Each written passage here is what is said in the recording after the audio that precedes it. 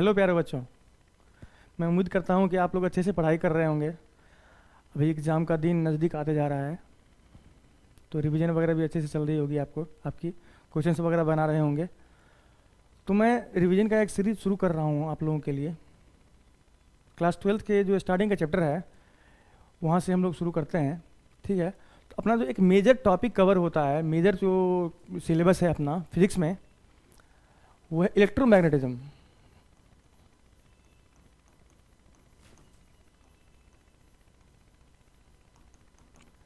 Electromagnetism अपने पास है,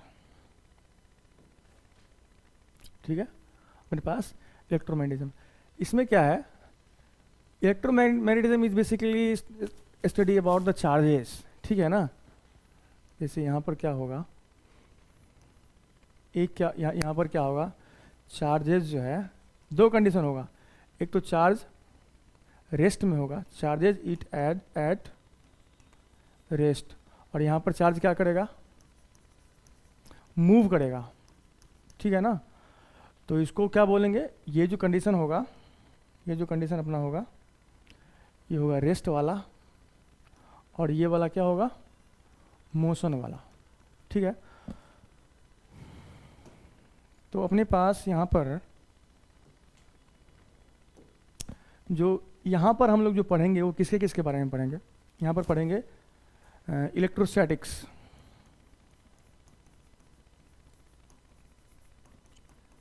electrostatics, capacitor, Gauss law,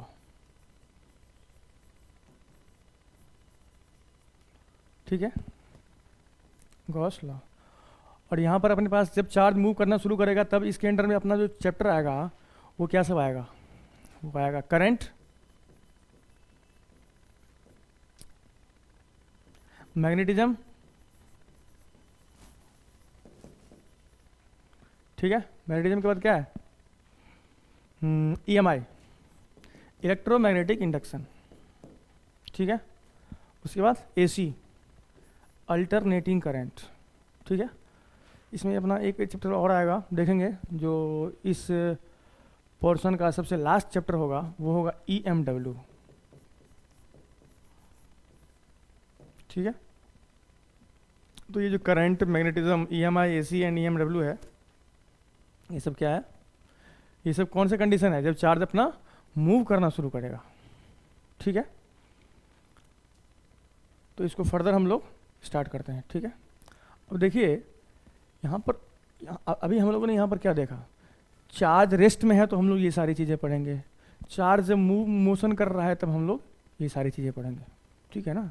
तो बेसिकली ये सारा का सारा जो कहानी है, यहाँ पर सारा का सारा हम लोग किसके बारे में पढ़ेंगे, तो चार्ज के बारे में पढ़ेंगे। वो तो अलग बात है, चार्ज रेस्ट में रहेगा तो हम लोग ये पढ़ेंगे, चार्ज मोशन में रहेगा तो हम लोग ये पढ़ेंगे, लेकिन बेसिकली बातें किसके बारे में हो रही है, बातें चार्ज के बारे में हो रही है। तो पहले हम लोग जान लेते हैं कि चार्ज क्या है, इसका क्या प्रॉपर्टी होता है, इसका क्या क्या इफेक्ट्स होता है, इसके बारे में हम लोग थोड़ा सा जानने की कोशिश करेंगे। मैं पूरा आप लोग को नहीं बताऊंगा क्योंकि आप लोग पहले ही एक बार पढ़ चुके हैं, तो मैं थोड़ा इसको ब्रीफ इंट्रोडक्शन दे देता हूँ सभी चीज़ें के बारे में, चार्ज के बारे में, ठीक है। तो आएगा अपना क्या, चार्ज,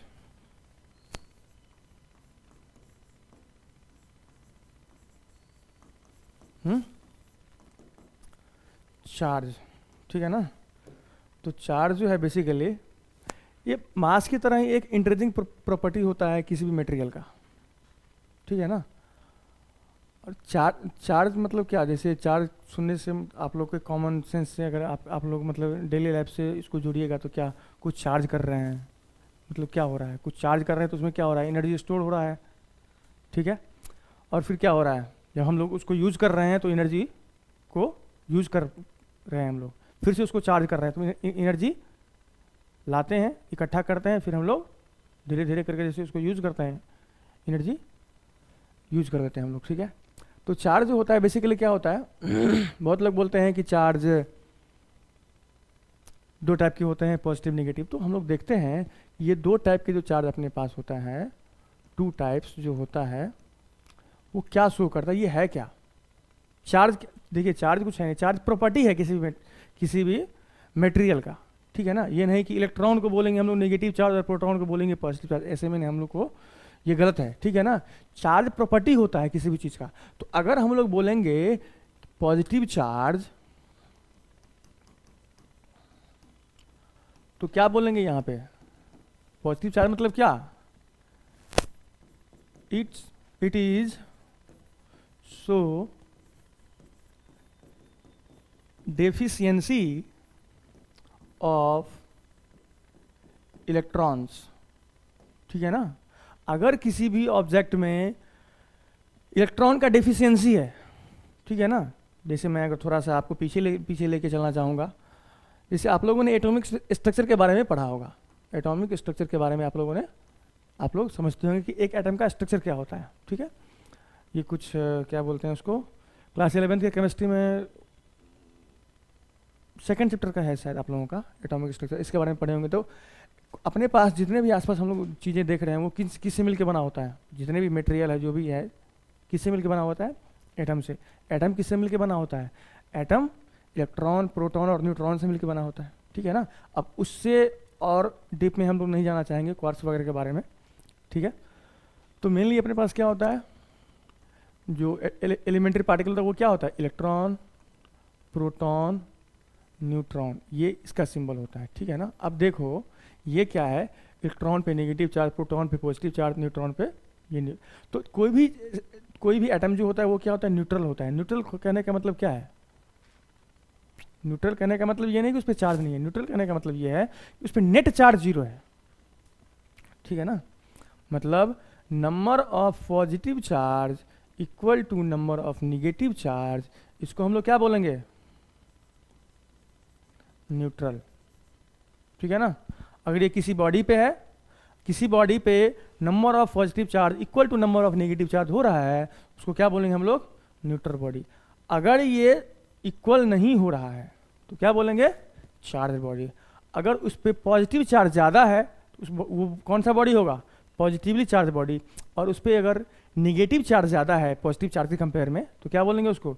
निगेटिवली चार्ज बॉडी, ठीक है ना। मतलब चार्ज बॉडी, मतलब वो चार्ज हो चुका है, ठीक है ना। अगर दोनों इक्वल होगा तो क्या बोलते थे? न्यूट्रल, मतलब वो चार्ज नहीं है। ऐसा नहीं कि उस पर चार्ज है ही नहीं, चार्ज है लेकिन दोनों इक्वल अमाउंट में है, ठीक है ना। अब देखो इलेक्ट्रॉन पे क्या होता है? नेगेटिव चार्ज, प्रोटॉन पे क्या होता है? पॉजिटिव चार्ज, और ये क्या होता है? न्यूट्रल, इस पर कोई चार्ज नहीं होता है, ठीक है ना। अब पॉजिटिव चार्ज और नेगेटिव चार्ज के बारे में अगर हम लोग देखेंगे, नेगेटिव चार्ज के बारे में लिखेंगे तो क्या लिखेंगे? यहाँ पर क्या होता है, अगर किसी बॉडी में, ठीक है, मैं लिखना चाहूँगा it shows excess of electrons, excess of electrons. अगर किसी बॉडी में नंबर ऑफ प्रोटॉन के कंपेयर में नंबर ऑफ इलेक्ट्रॉन एक्सेस है, मतलब ज़्यादा है, तो वो कौन सा बॉडी होगा? वो निगेटिवली चार्ज बॉडी हो जाएगा। तो निगेटिवली चार्ज बोलने का मतलब ये हुआ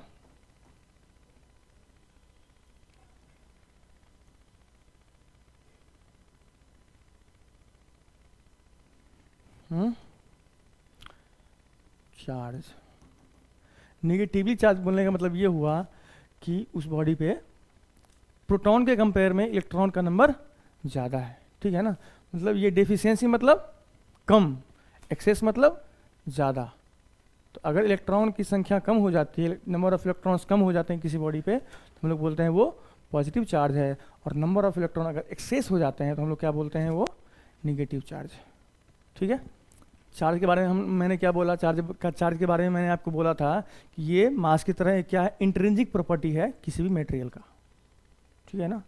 याद रखना है, इलेक्ट्रॉन का मतलब नेगेटिव चार्ज नहीं, प्रोटॉन का मतलब पॉजिटिव चार्ज नहीं। पॉजिटिव चार्ज का मतलब क्या हुआ? ये डेफिशिएंसी शो करता है नंबर ऑफ इलेक्ट्रॉन्स का।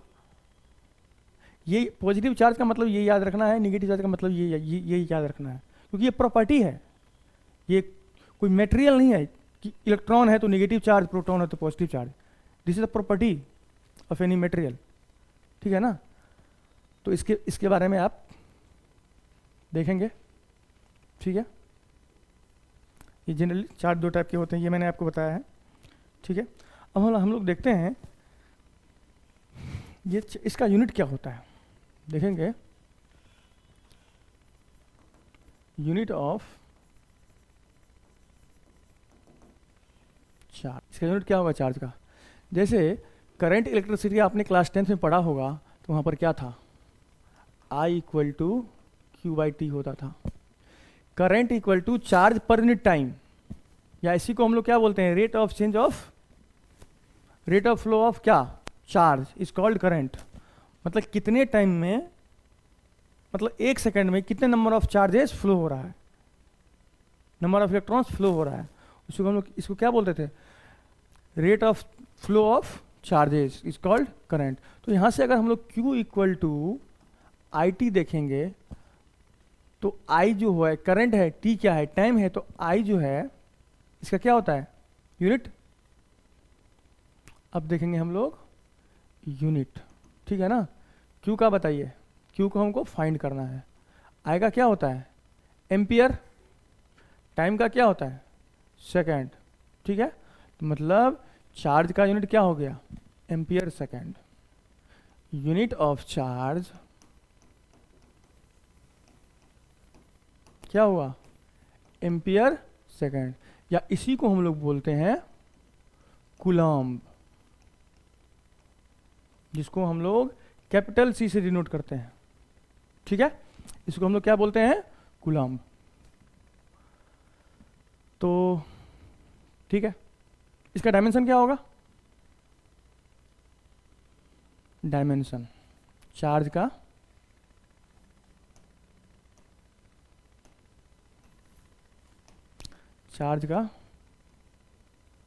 डायमेंशन क्या होगा, चार्ज का डायमेंशन हमको लिखना है एम्पियर, मतलब A, या कहीं कहीं इसको लोग लिखते हैं I, डायमेंशन इसको क्या लिखते हैं I। सेकंड का क्या होता है, सेकंड टाइम होता है, तो क्या होगा T पावर 1, या तो ये होगा या तो ये होगा। डायमेंशन क्या होगा इसका बताइए, I1 T1 और A1 T1, ठीक है। इसके अलावा जो भी L और M वगैरह है सारे के सारे जीरो हो जाएंगे, ठीक है। इन प्रैक्टिकल लैब में क्या होता है, चार्ज जो होता है वो किस में होता है, वो होता है मिली कूलम में, ठीक है, या माइक्रो कूलम में, या फिर मान लीजिए और छोटा अगर जाएंगे तो नैनो कूलम में, ठीक है। और छोटा पिको, और छोटा फेम्टो, ठीक है ना। माइक्रो मतलब क्या, 10 का पावर, ये मिली है 10 का पावर -3, माइक्रो 10 का पावर -6, नैनो 10 का पावर -9, कूलम है तो कूलम, ठीक है ना। मैंने अभी बताया था ना कि इसका जो यूनिट होता है वो क्या होता है, कूलम, तो ये कूलम में आ जाएंगे, ठीक है। इसका सीजीएस यूनिट जो होता है,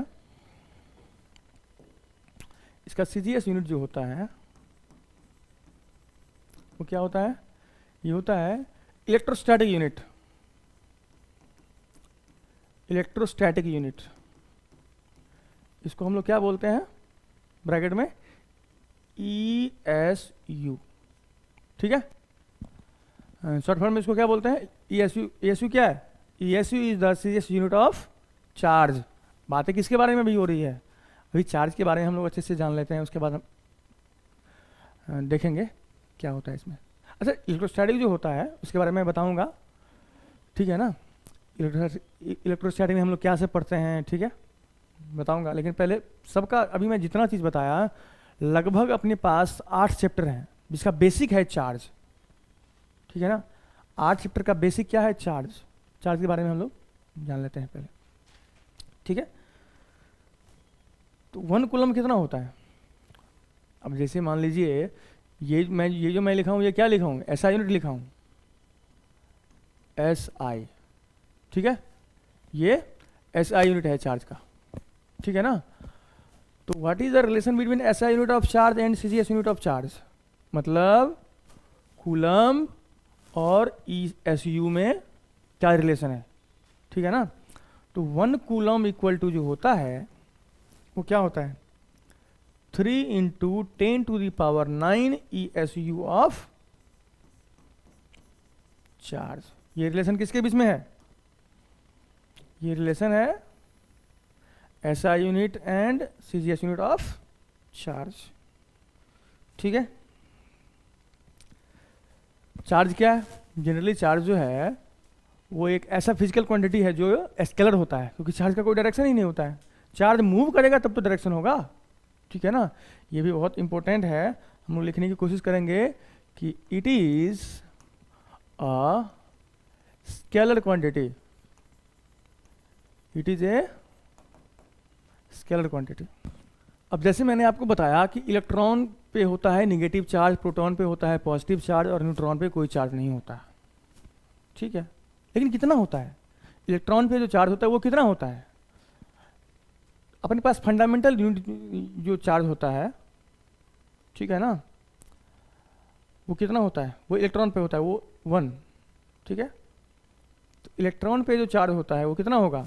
-1.6 इंटू 10⁻⁻19। और चार्ज है तो यूनिट क्या होगा इसका? कूलम।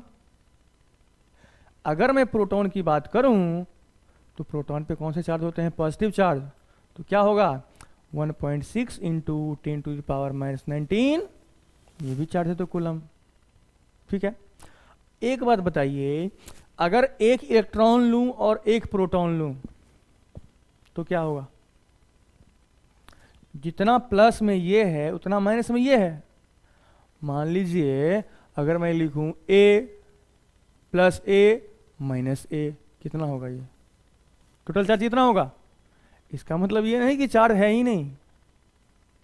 ठीक है ना, मान लीजिए इसको मैं अगर A मान लूं, ठीक है ना, ये होगा +A, ये होगा -A। देखिए ना, 1.6 इंटू 10⁻⁻19 कूलम, 1.6 इंटू 10⁻⁻19 कूलम। सही है, लेकिन एक पॉजिटिव में है एक निगेटिव में है, तो क्या होगा? मान लो 4 पॉजिटिव में है 4 निगेटिव में है, 12 पॉजिटिव में है 12 निगेटिव में है। ठीक है,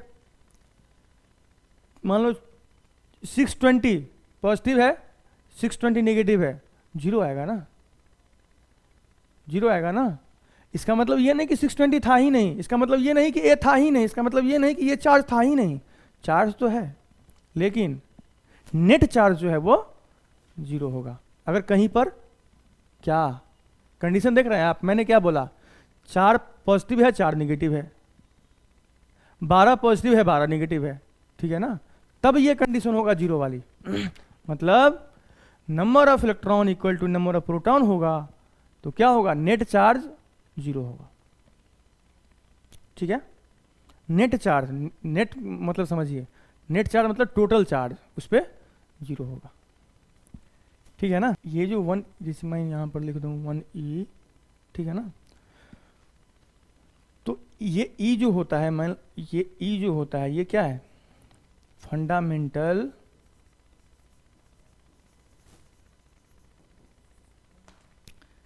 ठीक है ना, कांस्टेंट, जो कितना होता है? मतलब फिजिक्स में क्या होता है? ये फंडामेंटल कांस्टेंट होता है फिजिक्स में, फंडामेंटल कांस्टेंट इन फिजिक्स। ठीक है ना, इसका वैल्यू अगर मैं लिखने की कोशिश करूंगा तो ये क्या होगा? बताओ क्या है? 1.6 इंटू 10⁻⁻19 कूलम। ठीक है ना, कांस्टेंट है तो ये मत नहीं भूलना है कि मतलब इसका कुछ यूनिट वगैरह होगा ही नहीं, इसका भी यूनिट होगा। ठीक है ना, जैसे क्लास 11th में आप लोगों ने ग्रेविटेशन पढ़ा होगा। तो कैपिटल G जो होता है क्या होता है? Universal gravitational constant. ठीक है ना, मतलब यूनिवर्सल ग्रेविटेशनल कांस्टेंट, लेकिन इसका भी क्या होता है? यूनिट होता है, डायमेंशन होता है, सब कुछ होता है। तो कंफ्यूज नहीं करना है कि ये तो कांस्टेंट ही था, इसका क्या यूनिट और डायमेंशन होना है। ठीक है ना, तो अब हम लोग आगे बढ़ते हैं। ठीक है, ये समझ में आ गया होगा मैं उम्मीद करता हूँ। अगर समझ में नहीं आया तो आप वीडियो पॉज करके थोड़ा एक बार फिर से देख सकते हैं। ठीक है, मैं पूरा समझाने की कोशिश किया हूँ आप लोगों को। चलिए, अब चार्ज क्या है, यूनिट वगैरह देख लिए। अब हम लोग देखना चाहेंगे कि what is the property of charges. Properties,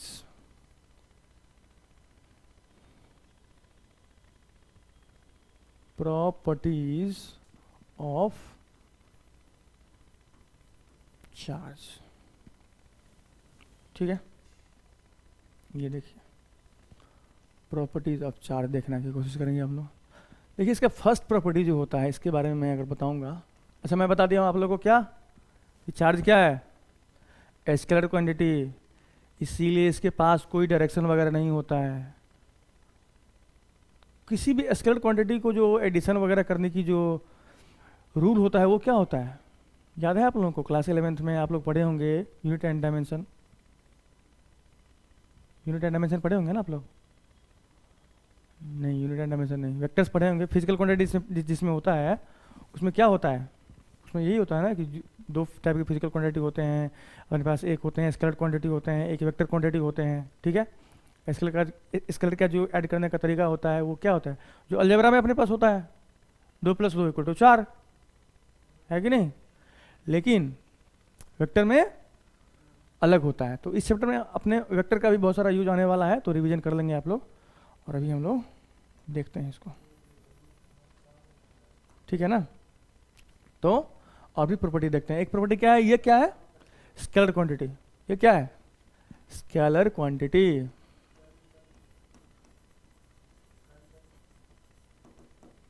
ठीक है, इसीलिए इसका क्या होगा, इसीलिए इसका नेचर क्या होगा, एडिटिव प्रॉपर्टी। एडिटिव प्रॉपर्टी मतलब हुआ ये कि अगर मेरे पास 2 कूलम का चार्ज है और -7 कूलम का चार्ज है और फिर +1 कूलम का चार्ज है और मुझे किसी बॉडी पे इतना चार्ज है, ठीक है, और मुझे अगर बोला गया कि ये टोटल कितना चार्ज है, तो मुझे क्या करना पड़ेगा, टोटल करने के लिए हम लोग क्या करते हैं, ऐड करते हैं सारी चीज़ों को। तो यहाँ पर जो ऐड करने का तरीका होगा वही होगा जो हमारे पास जनरल अलजेब्रा में होता है। ठीक है, क्या करेंगे देखिए, 2 coulomb plus -7 coulomb plus 1 coulomb, ठीक है, equal to 2 coulomb -7 coulomb -1 coulomb, कितना होगा बताओ, प्लस माइनस नहीं प्लस, हाँ प्लस है ना ये, चलो 2 1 3 कूलम, 3 कूलम प्लस में माइनस में 7 कूलम, कितना होगा, कितना होगा बताओ, -4 कूलम।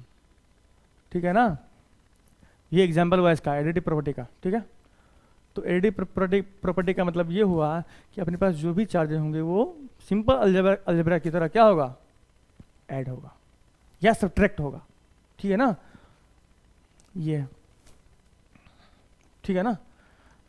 सेकेंड जो प्रॉपर्टी है इसका वो क्या है, कंजर्वेशन का, वो है कंजर्वेशन का, कंजर्वेशन ऑफ चार्ज। कहने का मतलब ये हुआ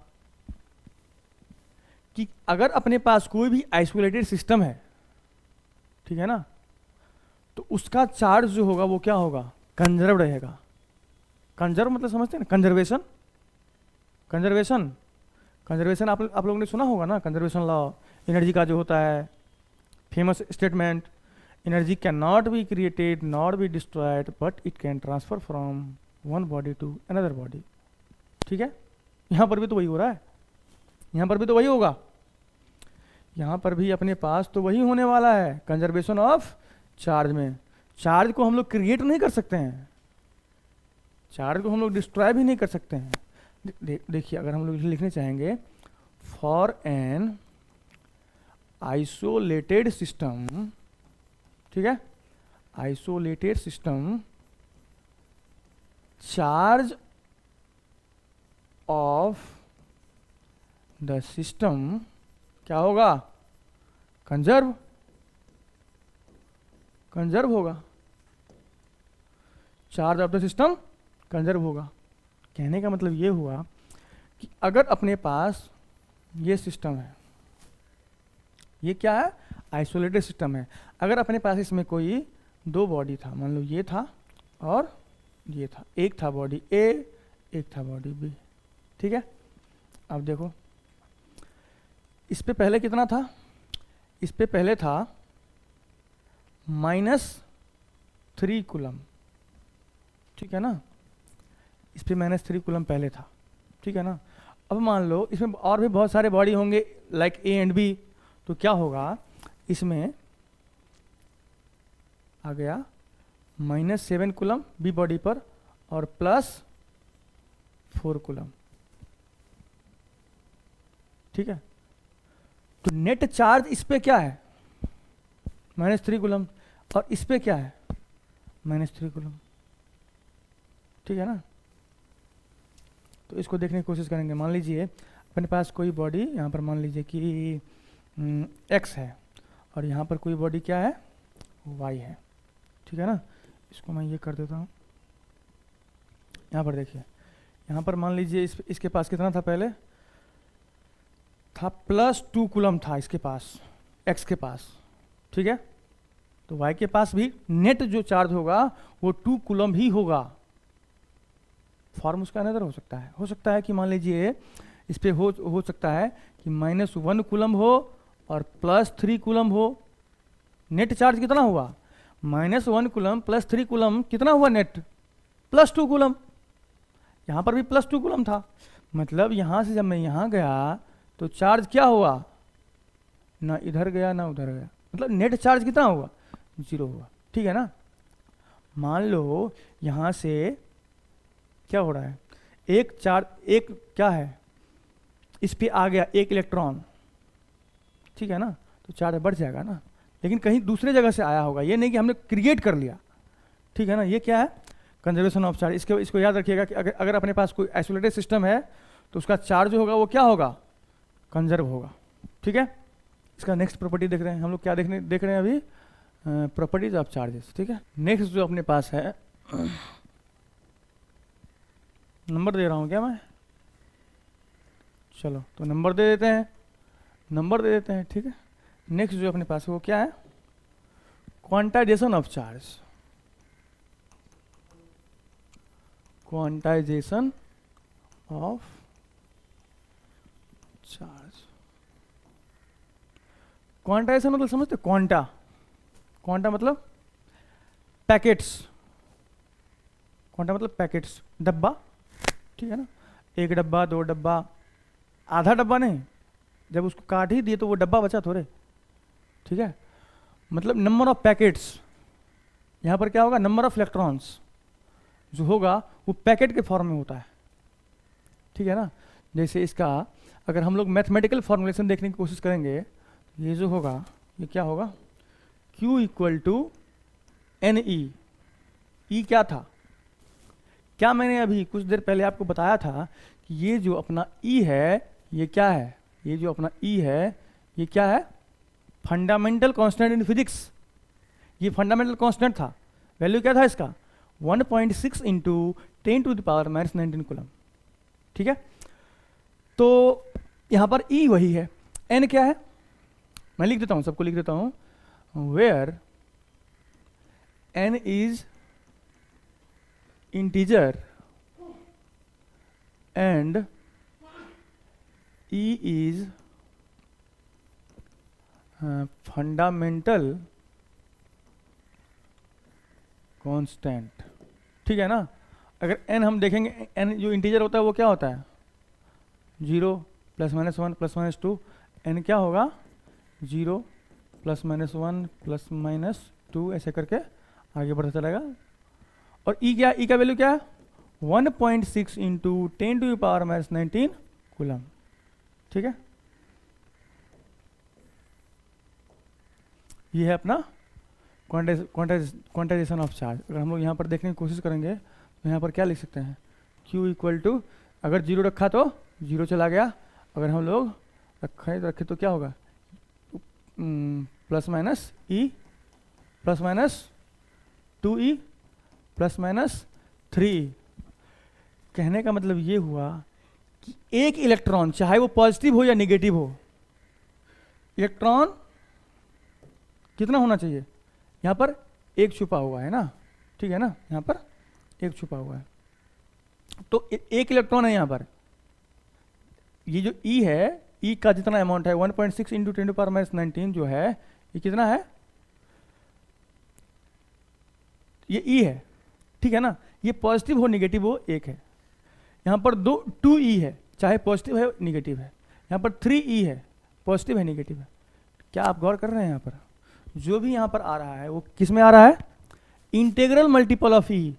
यहाँ पर कोई ये नहीं आ रहा है कि 1.5 ई, 3.2 ई, इस टाइप से नहीं आ रहा है। ई का, ई के देखिए ना, इसको मैं क्या लिख सकता हूं, this is integral multiple of e, integral multiple of e, समझ रहे हैं ना। ये क्या है, इंटीजर है ना, ये ई का मल्टीपल कौन है, इंटीजर है, तो ये और मल्टीपल, इंटीग्रल मल्टीपल ऑफ ई, ये क्या है, क्वांटाइजेशन ऑफ चार्ज, ठीक है ना। अपने चार्ज कहीं भी एग्जिस्ट करेगा तो वो फ्रैक्शन के रूप में एग्जिस्ट नहीं करेगा, वो पैकेट के रूप में करेगा, मतलब पैकेट को काट नहीं सकते हैं तो इसको तोड़ नहीं सकते हैं, ठीक है ना। जैसे पैकेट को काट देंगे तो क्या होगा, आधा पैकेट, तो आधा पैकेट कैसे होगा, वो पैकेट तो कहलाएगा ही नहीं, ठीक है। तो यहाँ पर कोई भी क्या बोलते हैं, डेसिमल के फॉर्म में, फ्रैक्शन के फॉर्म में नहीं आएगा चार्ज, ठीक है। या तो 1 चार्ज आएगा, या तो 2 चार्ज आएगा, 5 चार्ज आएगा, 15 चार्ज आएगा, जितना भी आएगा वो एकदम इंटीग्रल मल्टीपल ऑफ ई के फॉर्म में आएगा। 1000 चार्ज आएगा, 1020 चार्ज आएगा, लेकिन 1001.5 चार्ज नहीं आएगा, ठीक है ना। तो इस टाइप से हम लोग देखेंगे, ये रखना है। अगर मैं यहाँ पर आपको, ठीक है, उसको नहीं बताऊंगा मैं, कंफ्यूज हो जाएंगे आप लोग, ठीक है। तो ये जो है क्या है, ये मैथमेटिकल फॉर्म है, और ये क्या है, स्टेटमेंट है इसका, इंटीग्रल मल्टीपल ऑफ ई, यही है ना, integral multiple of e, integer multiple of e, दोनों का मल्टीपल है, ठीक है। चलिए नेक्स्ट प्रॉपर्टी जो हम लोग देखने वाले हैं, इनवेरिएंट वाला, ठीक है ना। मैंने क्या बोला आपको, मैंने आपको बोला था कि मास की तरह ही चार्ज भी किसी भी मटेरियल का इंट्रिंसिक प्रॉपर्टी होता है, ठीक है ना। तो कौन सा नंबर था ये प्रॉपर्टी, 3rd था ना, वही 3 4 5 प्रॉपर्टी हम लोग देख लेते हैं। तो 4th जो प्रॉपर्टी अपने पास है वो क्या है, वो ये है इनवेरिएंट। इनवेरिएंट मतलब हुआ ये कि अगर चार्ज अपना मूव करना शुरू करता है, चार्ज अगर मोशन में है, if charge is in motion, then magnitude of charge does not change, ठीक है, ठीक है ना। मास के साथ ऐसी किस्सा नहीं है, आप लोग जानते होंगे ट्विन पैराडॉक्स, ठीक है ना। अगर हम लोग लाइट की स्पीड से चलना शुरू कर देंगे तो अपना जो मास होगा वो कम हो जाएगा, ऐसे करके बहुत सारी चर्चाएं मास के बारे में है, ठीक है ना। वो अपने लोगों को पढ़ना नहीं है, वो बड़े बड़े लोगों की पढ़ने की चीज़ है, ठीक है ना। अपने को जितनी जानने की जरूरत है उतना ही जानने की कोशिश करेंगे, ठीक है। तो चार्ज के बारे में अभी हम लोग क्या बता रहा हूँ मैं, कि अगर चार्ज मोशन में है तो उसका जो चार्ज का मैग्नीट्यूड है वो घटेगा नहीं और ना ही बढ़ेगा। मैंने क्या लिखा, डज नॉट चेंज, इसका मतलब ना घटेगा ना बढ़ेगा। देखिए magnitude of charge does not change, इसका मतलब ये हुआ कि मान लो अगर अपने पास -2e चार्ज है, इसका मैग्नीट्यूड कितना होगा, 2e, 2e होगा, ठीक है ना। ये कितने भी स्पीड से मूव करना शुरू कर दे तो क्या होगा, ये कितने भी स्पीड से मूव करना शुरू कर दे तो इसका मैग्नीट्यूड चेंज नहीं होगा, ये 2e ही रहेगा, ठीक है ना। ये चार्ज का प्रॉपर्टी है। अब देखिए चार्ज के बारे में एक चीज और किस्सा है,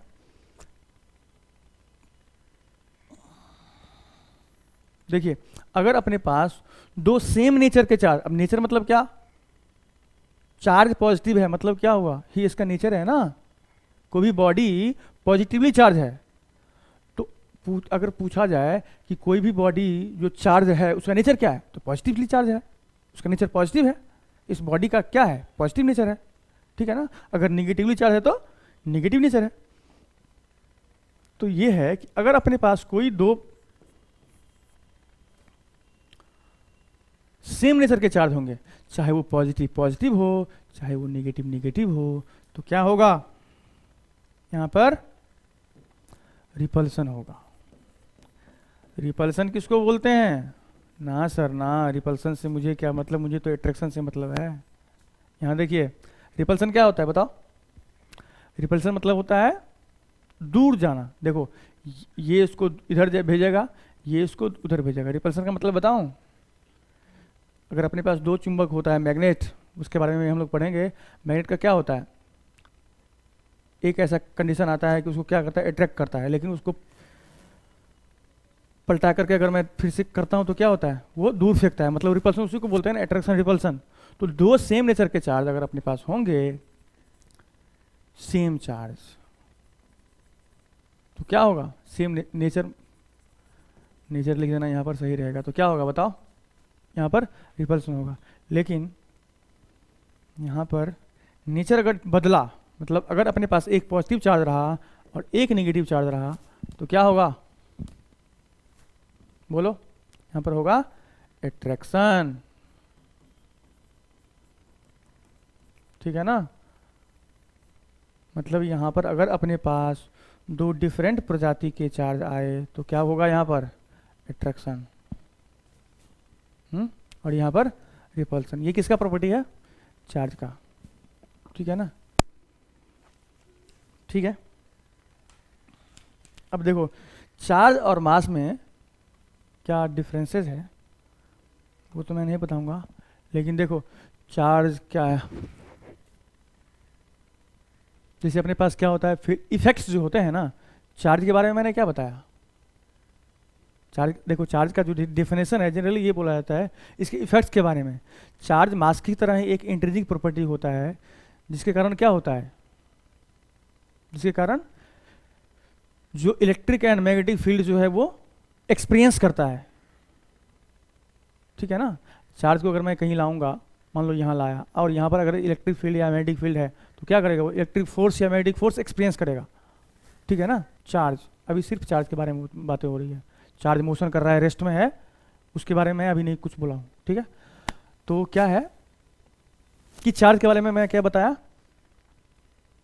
कि चार्ज जो है वो इलेक्ट्रिक फील्ड प्रोड्यूस करता है, मैग्नेटिक फील्ड। अब अगर मैं यहाँ पर हूँ तो मेरा कुछ ना कुछ फील्ड होगा ना, जैसे अर्थ जो है, अर्थ का भी कुछ ना कुछ फील्ड होगा ना, जिसको हम लोग ग्रेविटेशनल फील्ड बोलते थे 11th में, पढ़ा होगा आप लोगों ने, बताओ। तो यहाँ पर यही चीज़ें हैं, ठीक है। स्टेशनरी चार्ज जो अपने पास होता है, स्टेशनरी चार्ज, चार्ज, ठीक है ना, स्टेशनरी चार्ज जो अपने पास होगा, देखते हैं सेकंड में क्या है, मूविंग विद कांस्टेंट वेलोसिटी, एक कंडीशन ये हो गया, एक हो गया मूविंग विद वेरिएबल वेलोसिटी, ठीक है। चलो देखते हैं क्या होता है। एक कॉलम में मैं लिखता हूं इलेक्ट्रिक फील्ड, एक में लिखता हूं मैग्नेटिक फील्ड, और एक में लिखता हूं रेडिएशन, ठीक है। चलो देखते हैं।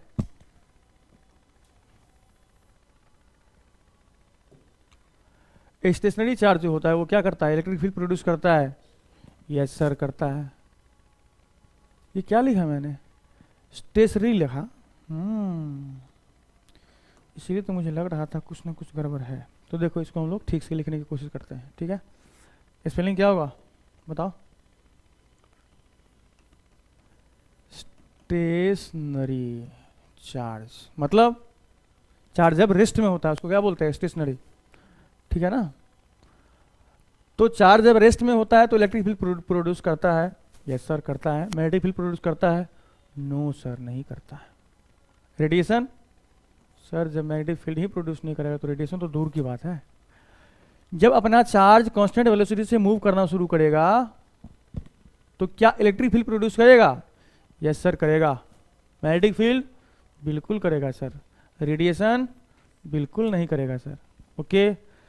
और फिर वही चार्ज जब वेरिएबल वेलोसिटी से मूव करना स्टार्ट करेगा तो क्या, यस करेगा इलेक्ट्रिक फील्ड, यस सर करेगा, जरूर करेगा। मैग्नेटिक फील्ड प्रोड्यूस करेगा, यस सर करेगा। Variable velocity, radiation, yes sir करेगा। देखो ठीक है, ये समराइज कर दिया मैंने। अगर अपना चार्ज रेस्ट में है, स्टेशनरी मतलब रेस्ट में है, तो वो सिर्फ और सिर्फ इलेक्ट्रिक फील्ड प्रोड्यूस करेगा। अगर अपना चार्ज कांस्टेंट वेलोसिटी से मूव कर रहा होगा तो वो इलेक्ट्रिक फील्ड प्रोड्यूस करेगा as well as magnetic field produce करेगा। अगर अपना चार्ज वेरिएबल स्पीड से मूव कर रहा है तो वो इलेक्ट्रिक फील्ड भी प्रोड्यूस करेगा, मैग्नेटिक फील्ड भी प्रोड्यूस करेगा और रेडिएशन भी प्रोड्यूस करेगा। ठीक है बच्चों, चलो तो आगे बढ़े हम लोग। एक और छोटा सा टॉपिक देखते हैं चार्ज के बारे में ही, ठीक है ना। तो चार्ज का बेसिक जो अंडरस्टैंडिंग है वो आप लोगों का क्लियर हो जाएगा। देखिए कंडक्टर्स क्या होते हैं,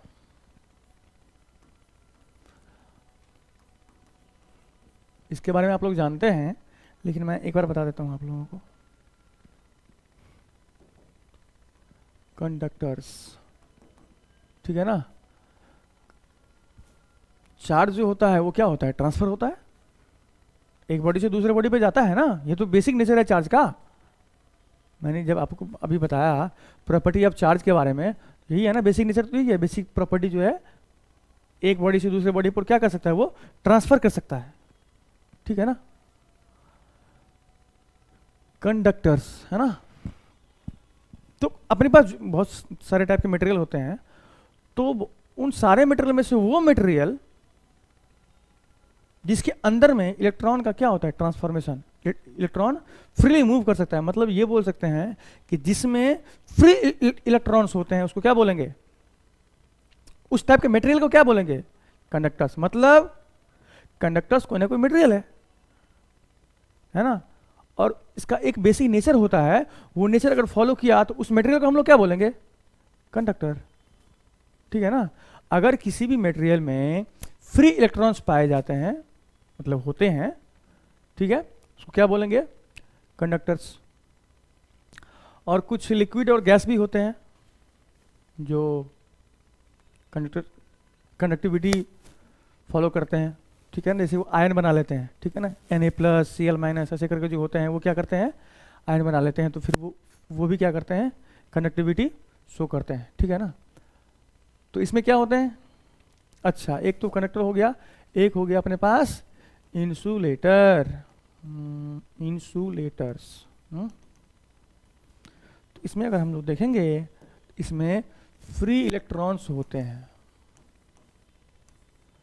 फ्री इलेक्ट्रॉन्स होते हैं, इसमें नो फ्री इलेक्ट्रॉन्स। इसका मतलब क्या हुआ, नो फ्री इलेक्ट्रॉन्स। जैसे इसका एग्जांपल अगर मैं लिखूंगा तो क्या लिखूंगा बताओ, कंडक्टर्स में फ्री इलेक्ट्रॉन मतलब आयरन हो गया।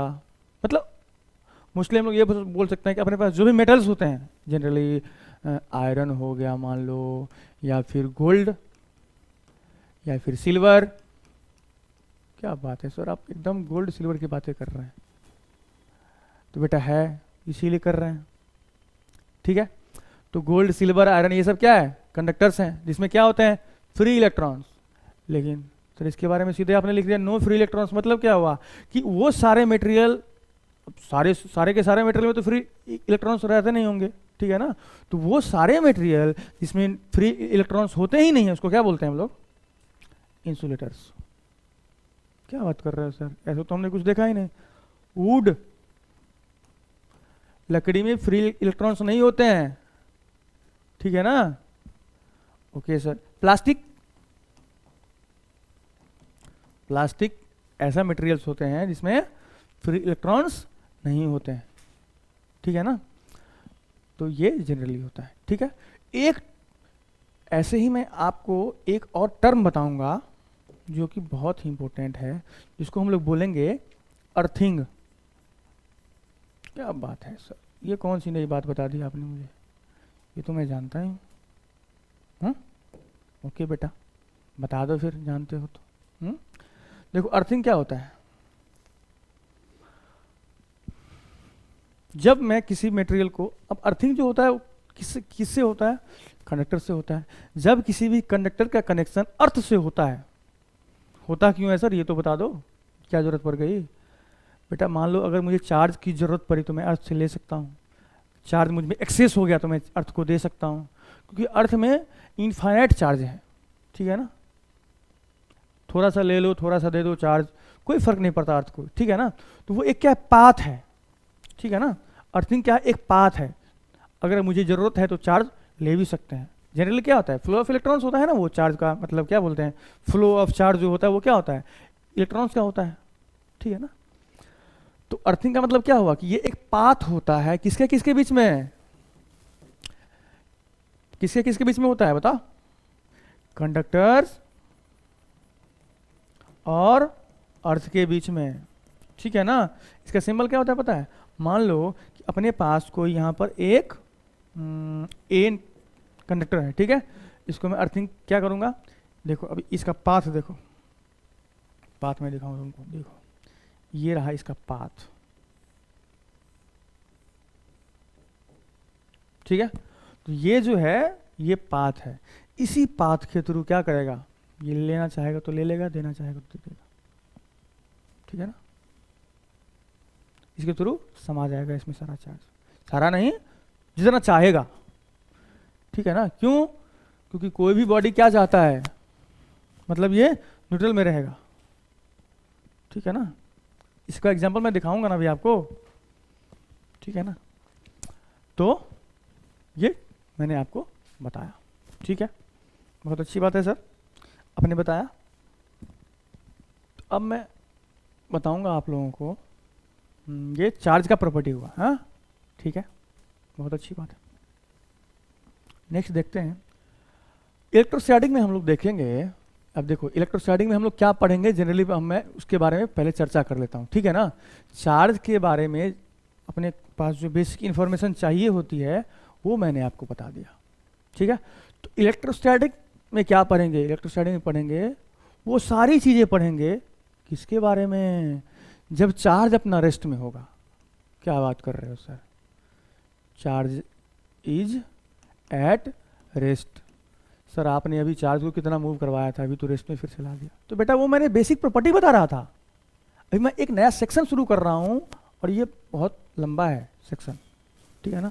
इलेक्ट्रोस्टैटिक के बारे अगर मैं बोलना चाहूँगा तो इलेक्ट्रोस्टैटिक क्या है, इट इज़ बेसिकली, इसमें हम लोग क्या पढ़ेंगे, we study in this, we study about field, force, potential about the electric charge, ठीक है ना।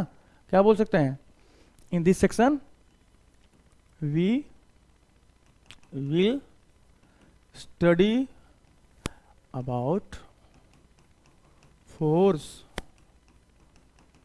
फील्ड्स और पोटेंशियल, किसका, potential of, potential about, we will study about force field, potential of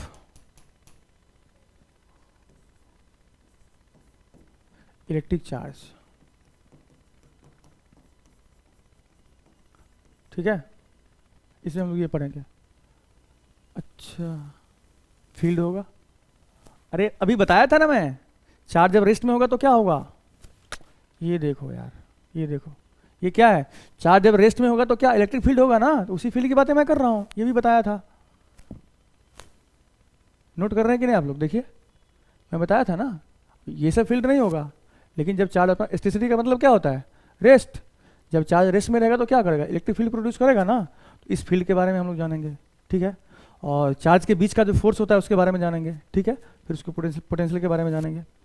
तो अभी मैं बताया था, ठीक है, तो ये रहा, ठीक है ना। जब ये कब का कहानी है, जब चार्ज अपना रेस्ट में रहेगा, ठीक है। और इसमें हम लोग को यही तो पढ़ना है, ठीक है ना, इलेक्ट्रोस्टैटिक में, ठीक है ना। इसका इलेक्ट्रोस्टैटिक से जेईई में और नीट में अच्छा खासा क्वेश्चन पूछा जाता है, इसीलिए इसको आप इग्नोर कर ही नहीं सकते, ठीक है। तो इन सब चीज़ों के बारे में हम लोग पढ़ेंगे, ठीक है ना, फोर्स के बारे में, फील्ड्स के बारे में, पोटेंशियल के बारे में, ठीक है।